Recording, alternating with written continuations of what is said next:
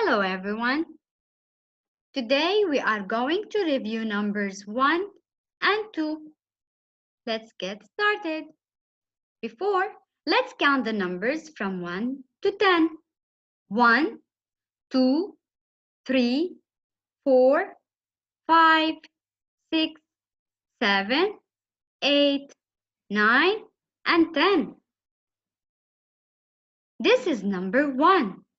1. 1 boy. 1 girl. 1 finger. 1 onion. 1 pineapple. 1 strawberry. How to write number 1? Let's see. First, we draw small slanted line, then a vertical line. This is how we write number 1.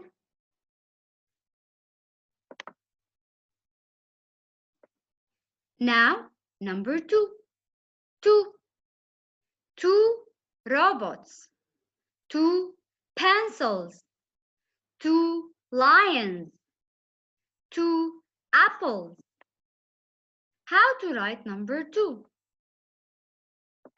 First, we draw a curvy line, then slanted line, then small horizontal line.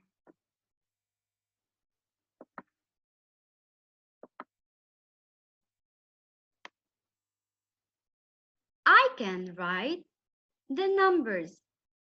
Can you write them too?